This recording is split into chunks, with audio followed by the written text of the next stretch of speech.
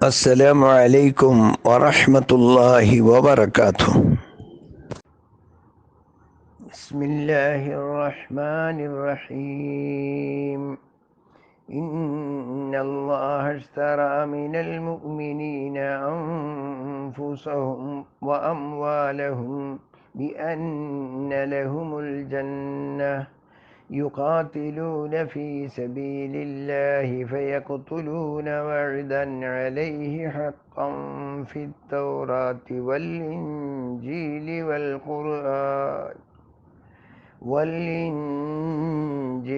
والقرآن ومن أوفى بعهده من الله فاستبشروا ببيعكم الذي بايعتم به وذلك هو الفوز العظيم. صدق الله العظيم. അസ്സലാമു അലൈക്കും വറഹ്മത്തുള്ളാഹി വബറകാതുഹു. ഇന്നത്തെ നമ്മളുടെ എപ്പിസോഡ് വിശുദ്ധ ഖുർആൻ ഷരീഫിൽ നിന്നും ഒരു മുഅ്മിനായ മനുഷ്യൻ ദൈനംദിന ജീവിതത്തിൻ്റെ ചിട്ടകൾ എങ്ങനെ പാലിച്ചുകൊണ്ട് വേണം ജീവിക്കേണ്ടുന്നത് എന്ന് വ്യക്തമാക്കുന്ന വിഷയമാണ്. ഞാൻ ഓതിയ സൂറത്ത് തൗബയിലെ 111 ആയത്തിൽ നിന്നും നമുക്ക് മനസ്സിലാക്കി അള്ളാഹു തരുന്നത്, തീർച്ചയായിട്ടും അള്ളാഹു ഒരു മുഅ്മിനായ അടിമയിൽ നിന്നും അവൻ്റെ സ്വന്തം ജീവിതത്തിലെ മുഴുവൻ സമയവും അവൻ്റെ ശരീരത്തെയും അവൻ്റെ സമ്പത്തിനെയും മാറ്റി നിർത്തിയാൽ ഒരു മുഅ്മിനിൻ്റെ ജീവിതത്തിൻ്റെ മുഴുവൻ സമയവും അള്ളാഹുവിനു വേണ്ടി ഇബാദത്ത് ചെയ്യുന്ന തരത്തിലുള്ള വിധേയത്വവും അനുസരണയും സ്നേഹവും പ്രകടിപ്പിക്കുന്നതിനുള്ളതാണ് എന്നത് സാധാരണ നിലയിൽ നമ്മുടെ വിശ്വാസമാണ്, നമുക്കുള്ള നാം മനസ്സിലാക്കിയിരിക്കുന്ന കടപ്പാടുമാണ്. എന്നാൽ അള്ളാഹു മനുഷ്യരോട് അഥവാ മുഅ്മിനീങ്ങളോട് പ്രത്യേകമായ ഒരു ഉടമ്പടി പടച്ചവൻ ചെയ്യുന്നുണ്ട്. അത് സാധാരണ നിലയിലുള്ളതല്ല, മറിച്ച് ഒരു ഉടമ്പടി നിബന്ധനയ്ക്ക് വിധേയമായി മുഅ്മിനീങ്ങളിൽ നിന്നും അള്ളാഹു ആഗ്രഹിക്കുകയാണ്. അതിന് അള്ളാഹു പ്രതിഫലമായി പറയുന്നത് സ്വർഗം തീർച്ചയായിട്ടും തരും എന്നുള്ളത് തന്നെയാണ്. എന്നാൽ ആദ്യത്തെ അവസ്ഥ സ്വർഗം സമ്പാദിക്കാം, സമ്പാദിക്കാതിരിക്കാം. അഥവാ നന്മകൾ ഒരാൾ ചെയ്തു, പക്ഷേ ആ നന്മയുടെ പരിശോധനയ്ക്ക് വിധേയമാക്കപ്പെടുമ്പോൾ അതിൻ്റെ ന്യൂനതകളും ദുർബലതകളും അതിൽ കണ്ടെത്താൻ കഴിയുമ്പോൾ ചിലപ്പോൾ ആ നന്മകൾ അസാധുവായി പോകാം, സ്വർഗത്തിന് പകരം നരകമായിരിക്കാം ലഭിക്കുന്നത്. എന്നാൽ ഉടമ്പടി നടത്തിക്കൊണ്ടുള്ള ഒരു വ്യവസ്ഥ അള്ളാഹുവുമായി ഒരടിമ ചെയ്താൽ സ്വാഭാവികമായി ഒരിക്കലും അവന് നഷ്ടം വരാൻ പോകുന്നേയില്ല. അള്ളാഹു റബ്ബുൽ ആലമീൻ പറഞ്ഞത്, വമൻ ഔഫാ ബിഅഹ്ദിഹി മിനല്ലാഹ്, അള്ളാഹുവിൽ നിന്നും ഈ കരാർ ഉടമ്പടി ഒരാൾ പൂർണ്ണമായി പാലിച്ചാൽ ഫസ്തബ്ശിറൂ ബിബൈഇകും അല്ലദീ ബായഅതും ബിഹി, അള്ളാഹുവുമായി നിങ്ങൾ നടത്തിയ ഈ കരാറിൻ്റെ ഉടമ്പടിക്കനുസരിച്ച് നിങ്ങളുടെ വിജയം സുനിശ്ചിതമാണ്, നിങ്ങൾ സന്തോഷഭരിതരായി കൊള്ളുക. വദാലിക ഹുവൽ ഫൗസുൽ അലീം, അത് അജയ്യമായ വിജയമാണ്, ഒരിക്കലും നഷ്ടം വരില്ല. ഈ നഷ്ടം വരാത്ത വിധത്തിലുള്ള ഒരു ലാഭം മനുഷ്യർ അഥവാ മുഅ്മിൻ ഉണ്ടാകണമെങ്കിൽ അവിടെയാണ് ഞാൻ ഇന്നലെ സൂചിപ്പിച്ചതുപോലെ മുഅ്മിൻ അവൻ്റെ ജീവിതത്തിൻ്റെ ദൈനംദിന ജീവിതത്തിൻ്റെ ഓരോ ചലനങ്ങളിലും അള്ളാഹുവുമായി ഒരു ഉടമ്പടി, ഒരു മുഷാറത്ത ചെയ്യേണ്ടിയിരിക്കുന്നു. അതിലേക്കുള്ള അള്ളാഹുവിൻ്റെ സന്ദേശമാണ് ഇന്നല്ലാഹ ഇശ്തറാ മിനൽ മുഅ്മിനീന അൻഫുസഹും വഅംവാലഹും, തീർച്ചയായും അല്ലാഹു തആല മുഅ്മിനീങ്ങളിൽ നിന്നും അവരുടെ ശരീരത്തെയും അവരുടെ സമ്പത്തിനെയും വിലക്ക് വാങ്ങിച്ചിരിക്കുന്നു. ബിഅന്ന ലഹുമുൽ ജന്ന, അവർക്ക് അല്ലാഹു തീർച്ചയായും പ്രതിഫലം സ്വർഗം നൽകുന്നു എന്നത് മാത്രമല്ല, വഅദൻ അലൈഹി ഹഖൻ ഫിത് തൗറാത്തി വൽ ഇൻജീലി വൽ ഖുർആൻ, വിശുദ്ധ ഖുർആനിൽ മാത്രമല്ല മുൻകാല പ്രവാചകന്മാരായ ഈസ നബിയുടെ ഇൻജീലിലും മൂസ നബി അലൈഹിസ്സലാമയുടെ തൗറാത്തിലുമെല്ലാം ഈ കരാർ ഉടമ്പടികൾ അവിടുത്തെ കാലഘട്ടത്തിലുള്ള ജനങ്ങളോടും അല്ലാഹു ആവശ്യപ്പെട്ടതാണ്. ഇതാര് പാലിച്ചോ അവർക്ക് തീർച്ചയായും വിജയം ഉറപ്പാണ്. അപ്പോൾ എല്ലാ മുഅ്മിനായ അടിമയുടെയും ജീവിതം പ്രതിഫലാർഹമായി അല്ലാഹു ഇബാദത്തിന് പകരം നൽകുന്നു. മറ്റൊരു കാര്യം ഇവിടെ മനസ്സിലാക്കാനുള്ളത്, ഞാനിപ്പോൾ ഈ പറഞ്ഞതുപോലെ ഓരോ മുഅ്മിനിൻ്റെയും ഈ ഉടമ്പടിയുടെ പേരിൽ ശരീരവും സമ്പത്തും ഏത് സാഹചര്യത്തിലും അള്ളാഹുവിൻ്റെ കൽപ്പനയ്ക്ക് മുന്നിൽ നബി സല്ലല്ലാഹു അലൈഹി വസല്ലമയുടെ പ്രവർത്തനമായ ദഅവത്തിന് വേണ്ടിയും അള്ളാഹുവിൻ്റെ തൃപ്തിയും സ്നേഹവും ആഗ്രഹിച്ചുകൊണ്ടും പൂർണ്ണമായി നമ്മൾ അനുസരിക്കുന്നു എന്ന ഈ ഒരു നിബന്ധന, ഇതിന് മുഷാറത്ത എന്നാണ് പറയുക, അതല്ലെങ്കിൽ ബൈഅത്ത് എന്ന് പറയും. ഉദാഹരണം, ഒരു കച്ചവടക്കാരൻ്റെ ലാഭവും വിജയവും ഉറപ്പിക്കുന്നതിന് അവർ സ്വയം തയ്യാറാകുന്നു എന്നുള്ളത് നമുക്ക് വ്യക്തമായി മനസ്സിലാക്കണം. അപ്പോൾ ആ കച്ചവടക്കാരൻ ഓരോ ദിവസവും അവൻ്റെ കട തുറക്കുന്നതിന് മുൻപ് അവൻ്റെ സ്വന്തം ശരീരത്തിൽ അവൻ്റെ ഒരു ലാഭനഷ്ടത്തെ അവൻ കണക്ക് കൂട്ടും. നഷ്ടം വരാതിരിക്കുന്നതിന് വേണ്ടിയിട്ട് എന്തൊക്കെയാണ് പ്രായോഗികമായി ചെയ്യേണ്ടുന്നത് എന്ന് അവൻ സ്വയം ചിന്തിക്കും. കണക്കെഴുതുന്ന കാര്യത്തിൽ പ്രത്യേകം ശ്രദ്ധയുണ്ടാകും. ഡെബിറ്റ് ആൻഡ് ക്രെഡിറ്റ്, ലാഭം നഷ്ടം, കടം കൊടുത്തതും വാങ്ങിയതും അതേപ്രകാരം കിട്ടാനുള്ളതും, ഇങ്ങനെയുള്ള കണക്കുകൾ വളരെയധികം ക്രമീകരിക്കും. അതുപോലെ സാധനങ്ങളെ സംബന്ധിച്ചിടത്തോളം അളവിലും തൂക്കത്തിലും വളരെ കൃത്യമായ നീതി പുലർത്തണം എന്നതവൻ ശ്രദ്ധിക്കും. അതുപോലെ തന്നെ കസ്റ്റമേഴ്സുമായിട്ട് വരുമ്പോൾ അതിൽ നമ്മളെ ചതിക്കാൻ വരുന്നവരുണ്ടോ, അതല്ല ലാഭം സമ്പാദിക്കുന്ന തരത്തിൽ നേരായ കച്ചവടം നടത്തുന്നതിനാണോ വരുന്നത്, അതല്ല നമ്മളെ പറ്റിച്ചിട്ട് പോകുന്ന തരത്തിലുള്ള സാഹചര്യങ്ങൾ ഉണ്ടാകുമോ, കസ്റ്റമർ കച്ചവടക്കാരൻ എന്നുള്ള നിലയിൽ വന്നുകൂടിയിട്ട് നമുക്ക് അബദ്ധങ്ങളും നഷ്ടങ്ങളും വരുത്തി വെക്കുമോ, ഇങ്ങനെയുള്ള കാര്യങ്ങളിലെല്ലാം വളരെ ശ്രദ്ധേയനായ നിലയിൽ ഒരു കച്ചവടക്കാരൻ എങ്ങനെ അവൻ്റെ മനസ്സിനെ പഠിപ്പിക്കുവോ, അവൻ്റെ അവയവങ്ങൾക്ക് എക്സ്പീരിയൻസ് നൽകുമോ, അതുപോലെ തന്നെ പറയുകയാണെങ്കിൽ അവൻ്റെ ശമ്പളക്കാരനായ ഒരു ജോലിക്കാരനോട് ഒരു മുതലാളി ഏതെല്ലാം തരത്തിൽ വളരെ സൂക്ഷ്മമായ നിബന്ധനകൾ പാലിക്കണമെന്നുള്ള നിർദ്ദേശം കൊടുക്കുമോ അതുപോലെ. ഇപ്പം സാഹചര്യം ഇങ്ങനെയായതുകൊണ്ട് എടുത്തു പറയാം, ഈ കൊറോണയുടെ പ്രശ്നങ്ങൾ മാരകമായ ഒരു വിപത്തെന്നുള്ള നിലയ്ക്ക് നമ്മളെ ബാധിച്ചു കഴിഞ്ഞപ്പോൾ അതിൻ്റെ സുരക്ഷിതത്വത്തിന് വേണ്ടി ഗവൺമെൻറ് അല്ലെങ്കിൽ ആരോഗ്യ വകുപ്പ് നമുക്ക് നിർബന്ധമായും ഐസൊലേഷൻ നിശ്ചയിച്ചു. അതുപോലെ തന്നെ ലോക്ക്ഡൗൺ ചെയ്തു. ഈ സന്ദർഭത്തിലെല്ലാം നമ്മൾ വളരെ കൃത്യമായ നിലയിൽ അകലം പാലിക്കുന്നു. ചുമയ്ക്കുകയോ തുമ്മുകയോ ചെയ്യുമ്പോൾ സ്വാഭാവികമായി നമ്മളത് കെയർഫുള്ളായ നിലയിൽ ടവല് കൊണ്ട് മറ്റുള്ളവർക്ക് ബുദ്ധിമുട്ടില്ലാതിരിക്കുന്നു.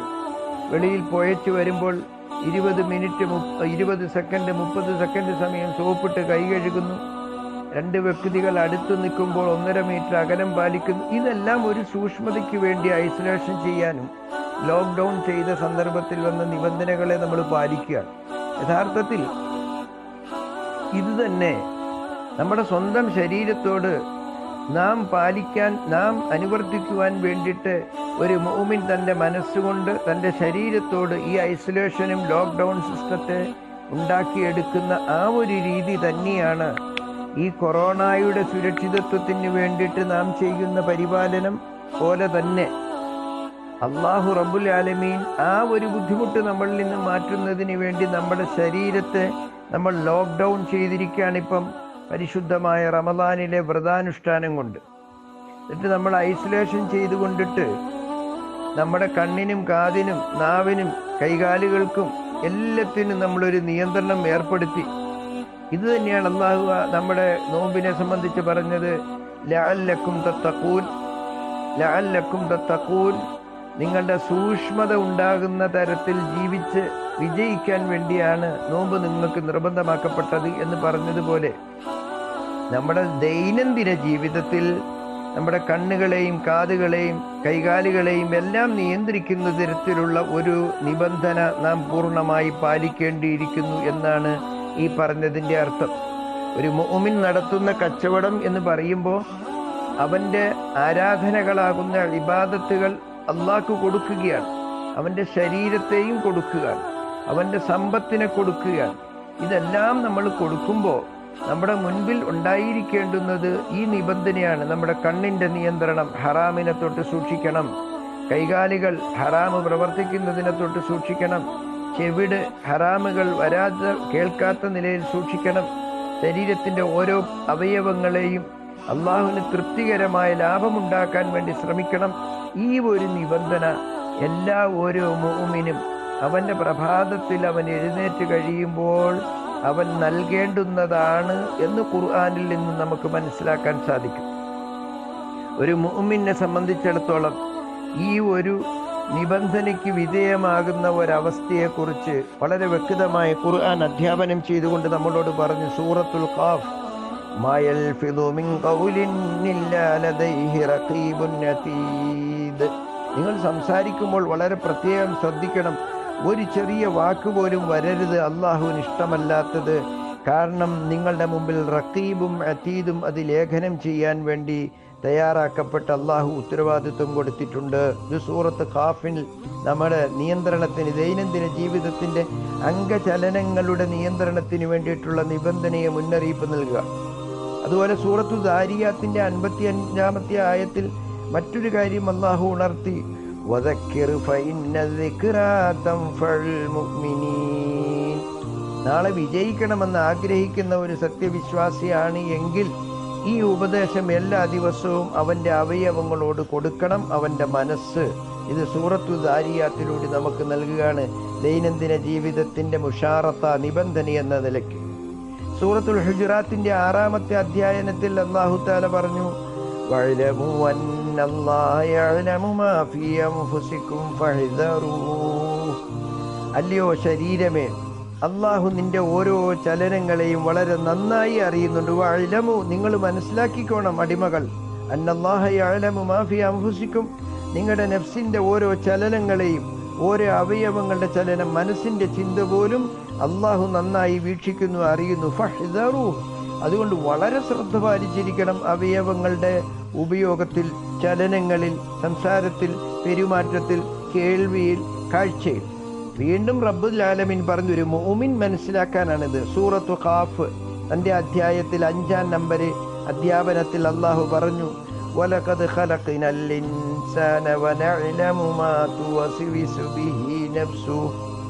തീർച്ചയായും മനുഷ്യരെ നമ്മൾ സൃഷ്ടിച്ചിട്ടുണ്ട്. അത് മാത്രമല്ല വനഅലമു, നമുക്ക് മനസ്സിലാക്കാം, മാ തുവസ്വിസു ബിഹി നഫ്സുഹു, അവൻ്റെ ഹൃദയത്തിൽ അവൻ എന്തെല്ലാം തരത്തിലുള്ള ചിന്തകൾ വരുന്നുണ്ട്, സങ്കീർണമായ ആഗ്രഹങ്ങൾ വരുന്നുണ്ട്. അത് വൈകാരികമാകാം, അത് വിചാരമാകാം, അതുപോലെ തന്നെ വിഷാദമാകാം, അതുപോലെ തന്നെ ആഗ്രഹങ്ങളാകാം. അള്ളാഹുവിന് ഇഷ്ടമല്ലാത്ത തരത്തിലുള്ള പല സങ്കീർണമായ ചിന്തകളും ആഗ്രഹങ്ങളും വസ്വാസുകൾ വരുന്നുണ്ട് എന്നുള്ളത് നമുക്ക് നന്നായി അറിയാം. കാരണം നമ്മളാണ് മനുഷ്യനെ സൃഷ്ടിച്ചത്. അതുകൊണ്ട് നിങ്ങൾ ശ്രദ്ധിച്ചുകൊള്ളണം എന്നാണ് ആ അധ്യാപനം. സൂറത്തു സാഫാത്തിൻ്റെ 53-ാം നമ്പർ ആയത്തിലും ഇത് തന്നെ റബ്ബ് പറഞ്ഞു. കാരണം എന്താ? നാളെ മഹ്ശറയിൽ നിങ്ങളുടെ ഓരോ അവയവങ്ങൾക്കും വിചാരണ നേരിടേണ്ടി വരും. ആ വിചാരണയുടെ മുമ്പിൽ നിങ്ങൾക്ക് മറുപടി പറയേണ്ടി വരും. ഒരു സമയത്ത് ആ കാര്യത്തെക്കുറിച്ച് ഇന്ന് നിങ്ങൾ അശ്രദ്ധരായി പോയാൽ അന്ന് നിങ്ങൾ മറുപടി പറയേണ്ടി വരും. അത് സൂറത്തു സാഫാത്തിൻ്റെ ആയത്തിൽ അല്ലാഹു നമുക്കത് ബോധ്യപ്പെടുത്തി. അഇദാ മിത്നാ വകുന്നാ തുറാബൻ അഇന്നാ ലമദീനൂൻ. നിങ്ങൾ മരണപ്പെട്ട് കഴിഞ്ഞാൽ നിങ്ങൾക്ക് വിചാരണയുണ്ട് എന്ന് പറഞ്ഞപ്പോൾ ഒരു വിഭാഗം ജനങ്ങൾ ചോദിച്ചു, ഭൗതികാധിഷ്ഠിത വികാരവുമായി ജീവിച്ചവർ, അഇദാ മിത്നാ വകുന്നാ തുറാബൻ, നമ്മൾ മണ്ണായിപ്പോയി, മരിച്ചു, മണ്ണായി കഴിഞ്ഞു, അതേപ്രകാരം എല്ലുകളൊക്കെ ആയിക്കഴിഞ്ഞാൽ അഇന്നാ ലമദീനൂൻ, നമ്മൾ വിചാരണയ്ക്ക് വിധേയമാക്കപ്പെടുമോ? തീർച്ചയാണ് നിങ്ങൾക്ക് വിചാരണ വരും. ഇത് അള്ളാഹുവിൻ്റെ കൽപ്പനയാണ്. മാത്രമല്ല, ആ വിചാരണ നടത്തുമ്പോൾ നമ്മൾ പലതും പറഞ്ഞ് അന്യായമായി രക്ഷപ്പെടാൻ നോക്കും പടച്ചവന്റെ മുമ്പിൽ. അള്ളാഹു പറഞ്ഞു, ഇല്ല, നിങ്ങൾ നിയന്ത്രിക്കാത്ത നിലയിൽ പ്രവർത്തിച്ച നിങ്ങളുടെ കൈകൾ തന്നെ നിങ്ങളോട് ആ തെറ്റുകളെക്കുറിച്ച് നമ്മളോട് പറയും. അതിന് നിങ്ങളുടെ കാലുകൾ സാക്ഷി നിൽക്കും. മാത്രമല്ല, കളവ് പറയുന്ന നിങ്ങളുടെ നാവ് നമ്മൾ അവിടെ സീല് വെക്കും. ഇത് നാളെ വരാൻ പോകുന്ന അവസ്ഥയാണെന്ന് ഇപ്പോഴേ നമ്മൾ നമ്മുടെ നെഫ്സിനെ, നമ്മുടെ ശരീരത്തെ, നമ്മുടെ അവയവത്തെ ബോധ്യപ്പെടുത്തിക്കൊണ്ട് നമ്മുടെ മനസ്സാകുന്ന യജമാനൻ അവയവങ്ങളാകുന്ന ജോലിക്കാരോട് പറഞ്ഞു കൊടുക്കണം, അൽയൗമ നഖ്തിമു അലാ അഫ്വാഹിഹിം, അവരുടെ നാവുകൾ നമ്മൾ സീല് വെക്കും, കാരണം കളവ് പറയും.